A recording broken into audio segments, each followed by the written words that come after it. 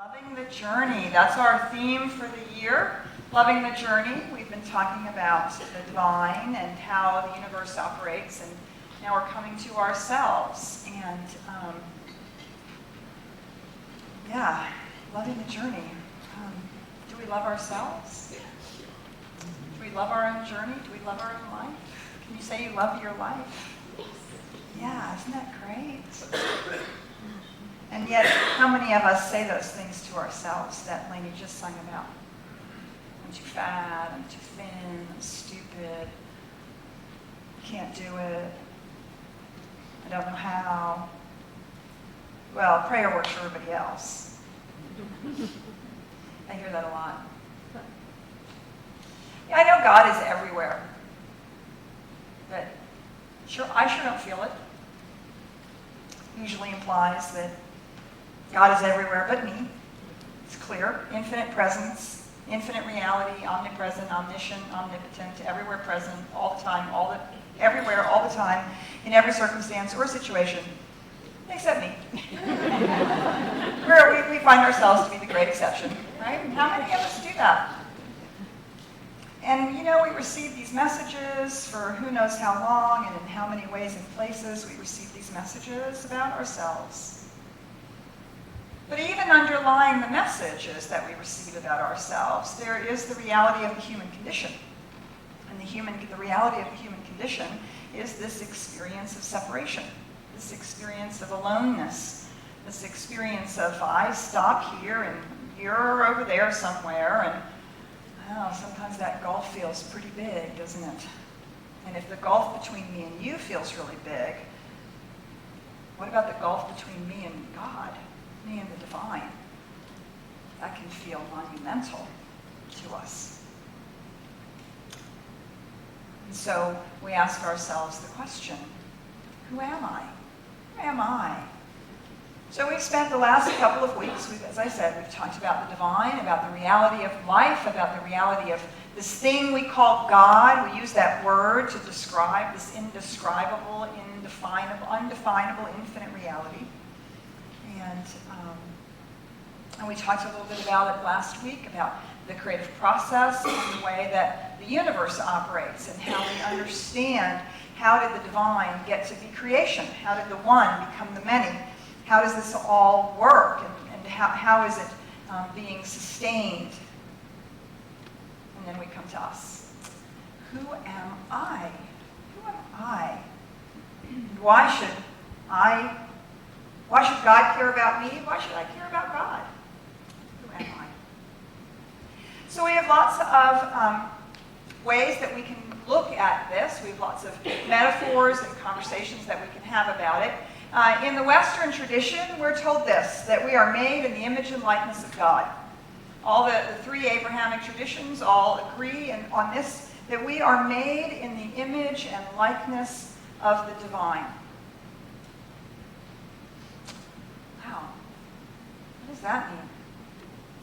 To really ponder that, what does that mean? Now, see, what's happened for the most part is that we've made God in our image and likeness. Right? We've sort of imagined like a super person. Like Superman, only more so. Santa Claus, only on steroids. Right? Right? So, and okay, that's how I felt when I was a kid. And I was always worried. You know how that naughty and nice list? Okay, God had the ultimate naughty and nice list. It was very frightening to me. And so what we've done is we've looked at ourselves and we've made God in our own image and likeness for a lot of years. And yet what we're told in the Western traditions is that we are made in the image and likeness of God. We are made in the image and likeness of the divine. So if we think back over the last 2 Sundays and the things that we've talked about, that God is that infinite reality, that ultimate oneness, that divine presence, and that it works through an orderly process, a law of cause and effect that we call the creative process, and that it is constantly emerging into creation, that this physical world is the manifest body of the divine, and that its impulse is love. That's the point, is for love to express itself. If we take all of that,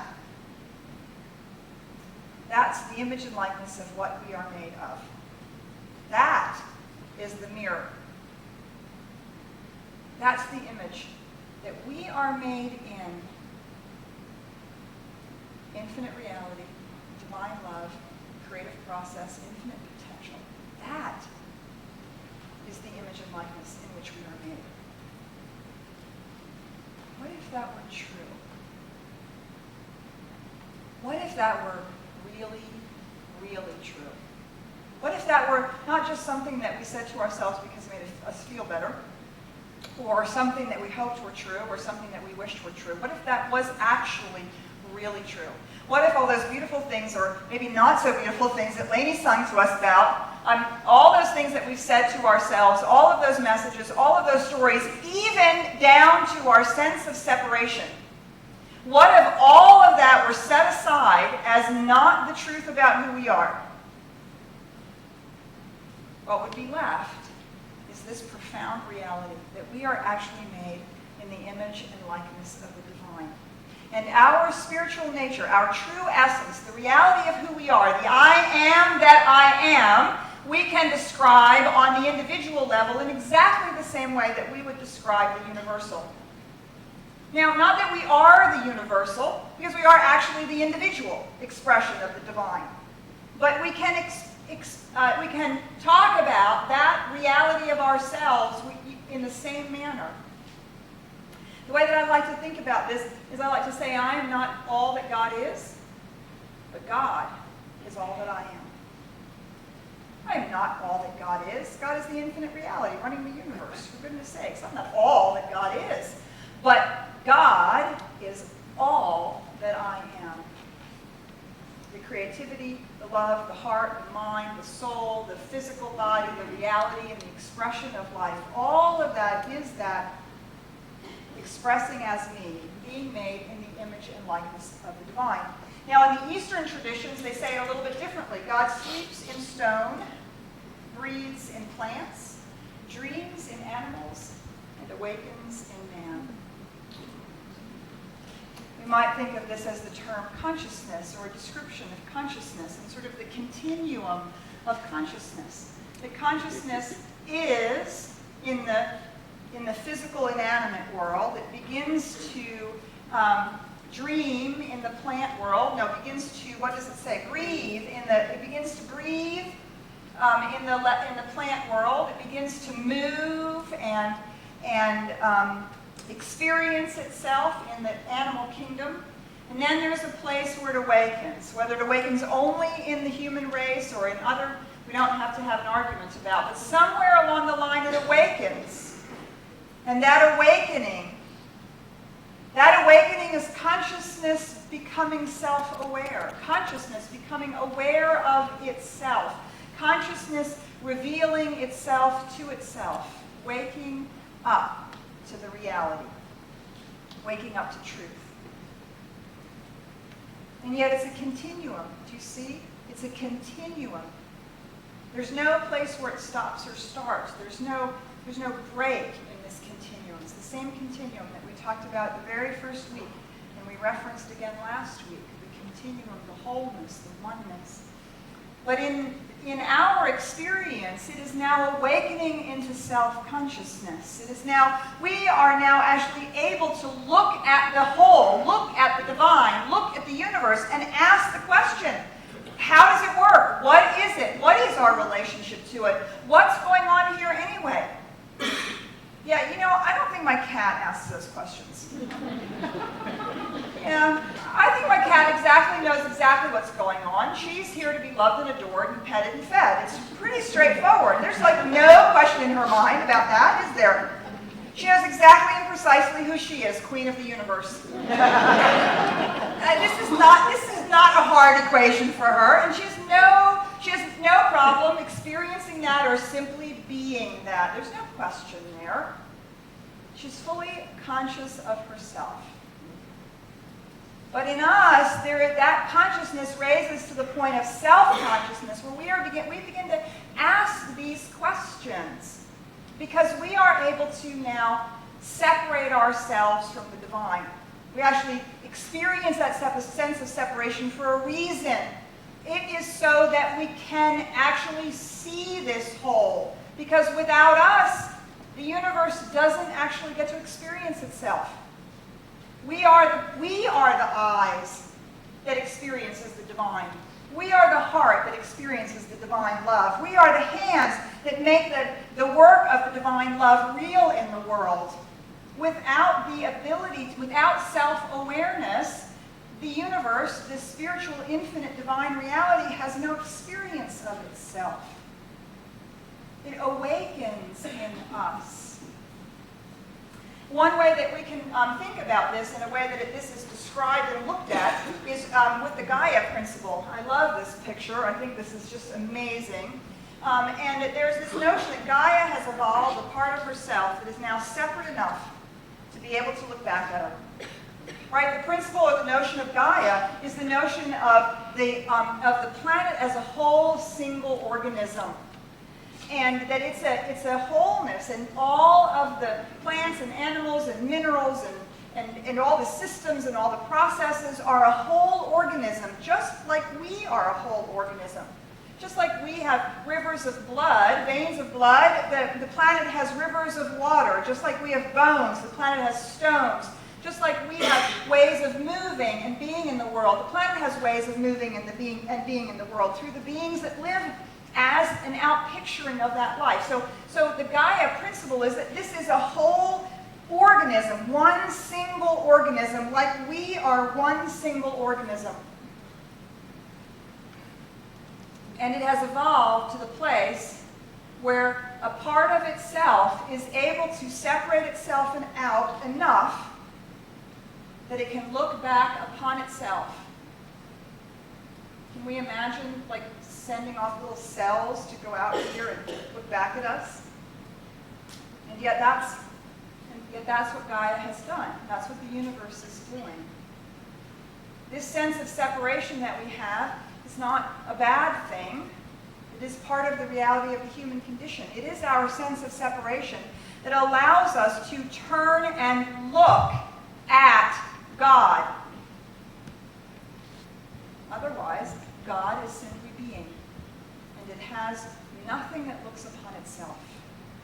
Just as we can't really look upon ourselves unless we stand out here, which is why we use mirrors. So, God has evolved, Gaia has evolved, a part of herself that is now separate enough to be able to look back at her. We've been talking all month through this book, New Design for Living, written by Ernest Holmes, and he writes this. The fact that law is completely impersonal, remember we talked about that last week, the fact that law is completely impersonal does not mean that we are caught in a trap, caught in a whirl of senseless, blind, automatic activity. Nothing could be farther from the truth. Certainly law acts, but not until something moves it into action. This thing, which instigates the action, rests within our own personality and individuality, within our ability to think. And our ability to think arises from the fact that life, conscious intelligence, has been sharply individualized in and as us. Life, the wholeness of life, the wholeness of the infinite reality has been sharply individualized in and as us, so that we are providing that impulse and that intention into life for creation. So we have these two phrases from the Western and the Eastern traditions. In the New Thought tradition, we might say this, we are an individualized incarnation of divine love. Right? Because love is the impulse of life. Love is the very impulse of life itself, to give itself, to create, to grow and expand. And we are sharply individualized expressions of that. That divine love is the truth of our being, and it is what is being expressed as us, regardless of any story that we've told ourselves, regardless of any story that we've believed in the past. The truth is, this is the truth of who we are.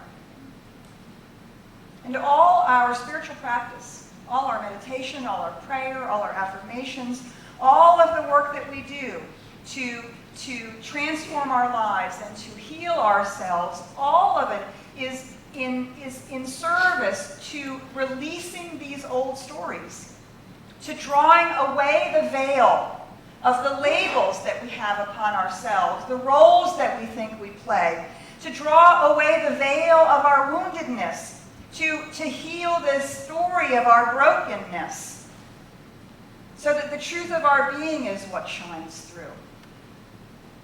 You see, the reality of you is that you are a divine, radiant, magnificent being of light, period. End of sentence. That's it. That's the truth about you. That's the truth about me. I tell people that, don't label me. That's the truth about me. Everything else is subject to change without notice. Some days, I'm more healed than others. So, you never know. But that is the only thing that's absolutely always true about me. It's the only thing that's absolutely always true about you. And we cling to our stories as if they somehow belong to us, as if they somehow are the truth of our being. No, they are experiences that we've had, no question about it. They are experiences that we've had, but they are not who we are.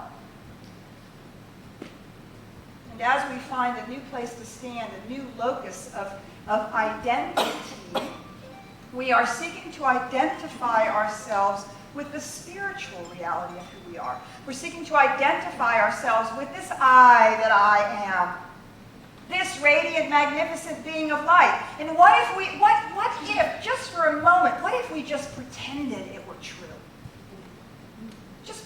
What if you, for one day, just pretended that in every situation, every circumstance, every conversation, everything that you did it as if the only truth about you was that you were a radiant, magnificent being of light. Wouldn't that be amazing? And you know what's really cool about that? Because I know that truth about me. And I know that we're all individualized expressions of God. Guess what you are? A radiant, magnificent being of light. So what if that day I not only imagined, simply pretended that was true about me? What if I also pretended that was true about you? And I treated you as if you were a radiant, magnificent being of light. It would change everything, wouldn't it? We would leave all of our stories behind. We would leave behind all of our sense of separation. We would leave behind all of our projections. And we would simply meet heart to heart, soul to soul, light to light. We would see the truth about each other. Because this is the truth about who we are. Okay, that's good. I like that. I like being an infinite, radiant, divine, magnificent being of light. That's good. Amen, sister. That's right. I hope you like it too. Good. Okay. Well, now what? I know that. Should I quit my job? Just like be? Should I just be? I'll just be. Okay, well that would last about 30 seconds for me. What should we do? What should we do with this? Now I don't mean doing as do, you know, we have to always be active, but it's okay, great. I'm an individualized expression, a radiant, magnificent being of light. What is the point of my being here? What is the point of your being here? What is the point of this push of evolution to have risen, to have grown consciousness to the place where we have sort of popped out into self-awareness, into the reality, the realization that we can look around and see the light of God, see the divine expression of love everywhere we look. Now what do we do with that? And that becomes the question, why am I here? Why am I here? Why are we here? What is the point of all of this? Well, I would say, for one thing, is to make manifest the glory of God. For us to make manifest the glory of God. For us to be in such a way that when people look at us, they actually see a radiant, magnificent being of light. They don't see our story because we've let it go. They don't see all the ways in which we either cover ourselves up or push people away or all those things we did that we have done in the past, because we're not motivated by those anymore. Right? And when Jesus said, when you see me, you see the Father, that's what he was saying. The human veil had been so pulled aside that all that you saw was a radiant, magnificent beam of light, divine expression of the One. And part of what we're here is to simply be that, express that in the world, in whatever way that works, whatever way that emerges from us, in all of the ways in which we love and share and give our light. To be and to express, to manifest the glory of God. Now, because we know that we are now in the position of understanding consciousness, we are actually now participating in the evolution of consciousness. We're now the place where consciousness is evolving, actually evolving quite quickly if you look over the last few thousands of years. You know, you got to figure, okay, so, I don't know, a few million years there was somebody that we named Lucy walking sort of across the face of the earth. And I don't know sort of when we decided Homo sapiens emerged. I can't remember, 10, 20, 30,000 years ago, whenever it was. Okay, Homo sapiens sort of emerged. And maybe even, 10, 15,000 years ago, if you walked around the planet, everything sort of looked the same, didn't it? And things evolved on this long evolutionary scale. Things changed on a very long evolutionary scale. And then what happened? Yeah, we came along, didn't we? That's what happened. And all of a sudden, the course of rivers were changed, and buildings were built, and fast forward through all those thousands of years and into the modern era and into the Industrial Revolution and into the technical revolution that we're in today. And man, there's a whole boatload of things that have changed. And we ourselves have changed and grown. And all of that is now our participation in the evolution of consciousness. Because we are consciousness revealed.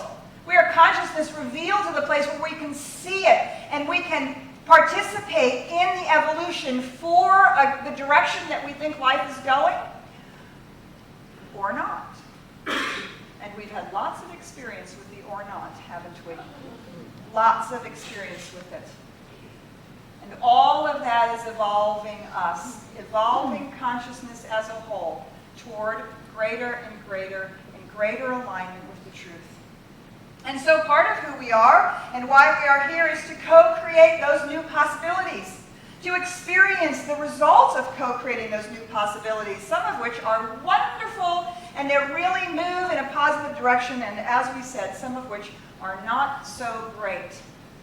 Just like we in our own individual lives have to learn about the power of our own choices and about how we are creating our life and the kinds of choices we are making, so we are participating in the collective evolution of humanity as a whole and the collective evolution of consciousness as a whole as we explore the choices that serve and that are in alignment with the trajectory of love and life and the choices that are not. And so we are here to co-create new possibilities. New possibilities that expand and grow and evolve life as a whole.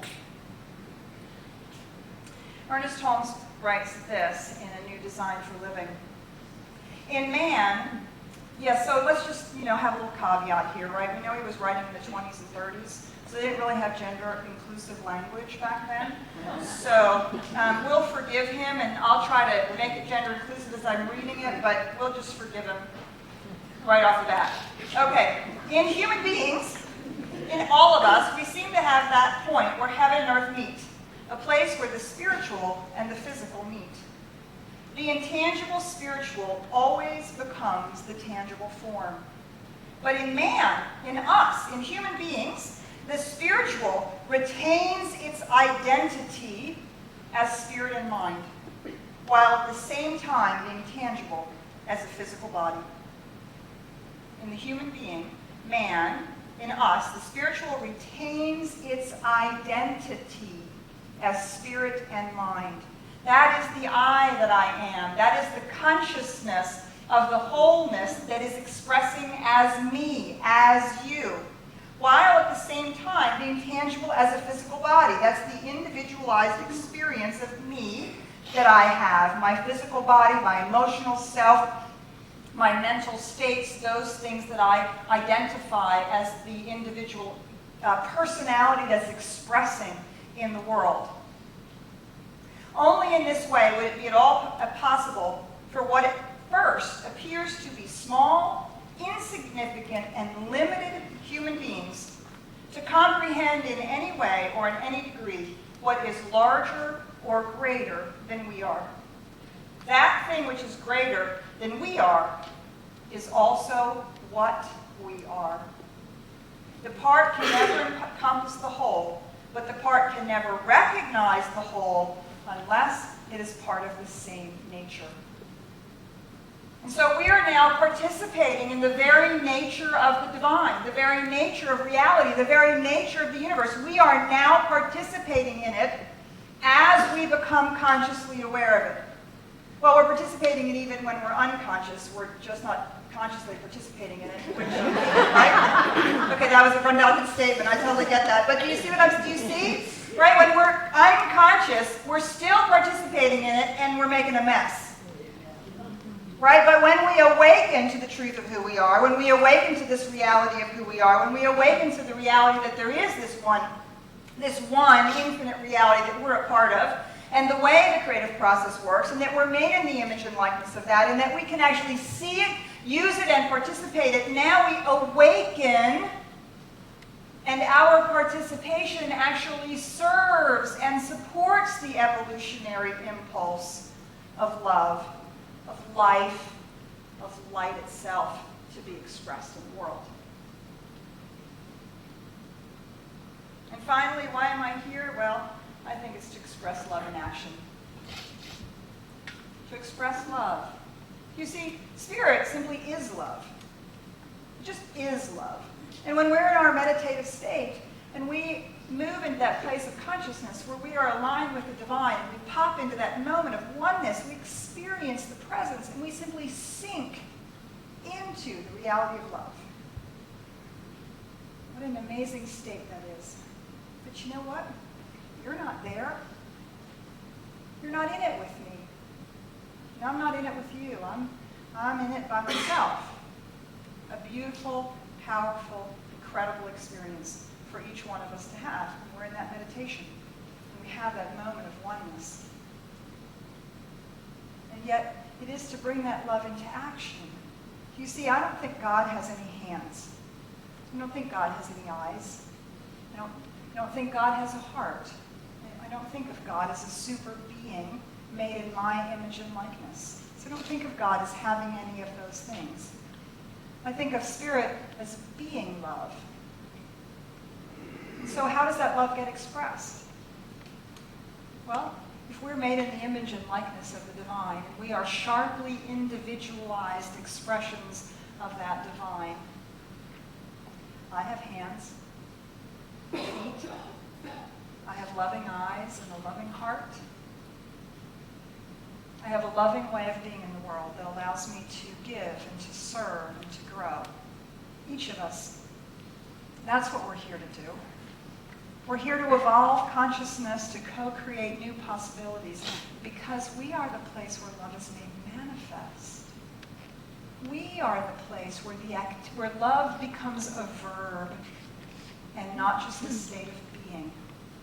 Right? In the moment of meditation, in the divine bliss of the oneness, we are simply one with all. We so feel our connection, don't we? And then we bring that connection to the world. And we co-create life. We co-create new possibilities. We evolve consciousness into what is being called forth out of that love. Every one of us is doing it. That's why we're here. And just in case you think that your life doesn't matter, or your life isn't enough. Let's take a look at what one can do.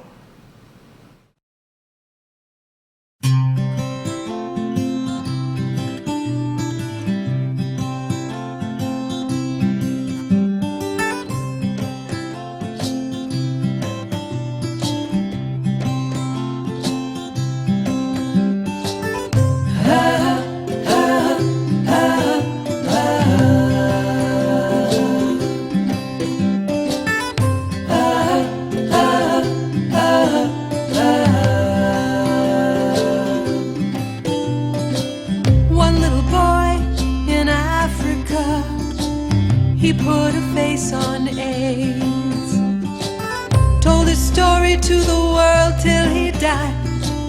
And these are the words he said. He said, do all you can with what you have, in the time you have, in the place you are. Do all you can. Do all you can with what you have, in the time you have, in the place you are. Do all you can. Do all you can.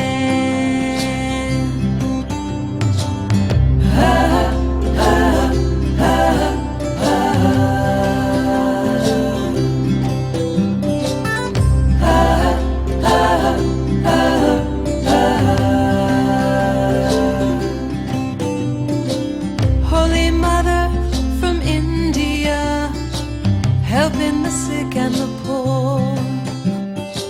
Somebody asked, why do you do these things? She said, this is what I came here for. She said, do all you can with what you have, in the time you have, in the place you are. Do all you can. Do all you can with what you have, in the time you have, in the place you are. Do all you can. Do all you can.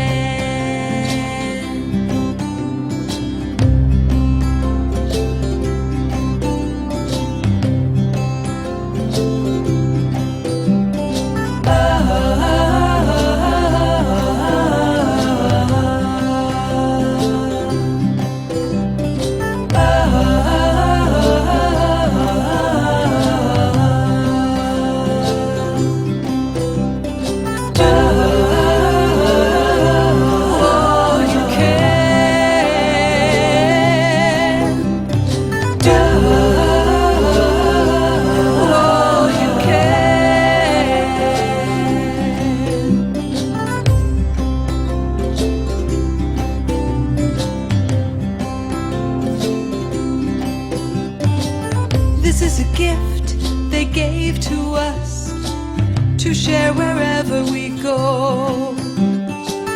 Be the change you wish to see in this world. Now I understand what they wanted us to know. You can do all you can with what you have, in the time you have, in the place you are. Do all you can.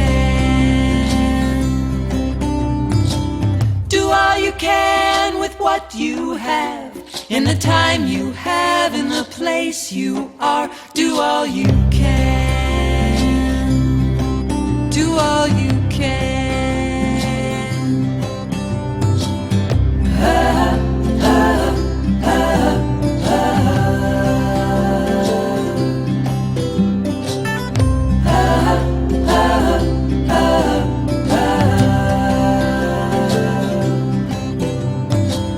One little boy in Africa, do all you can.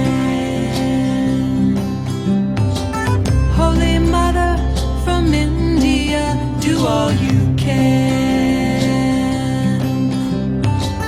Be the change you wish to see in the world. Do all you can. Do all you can. Do all you can.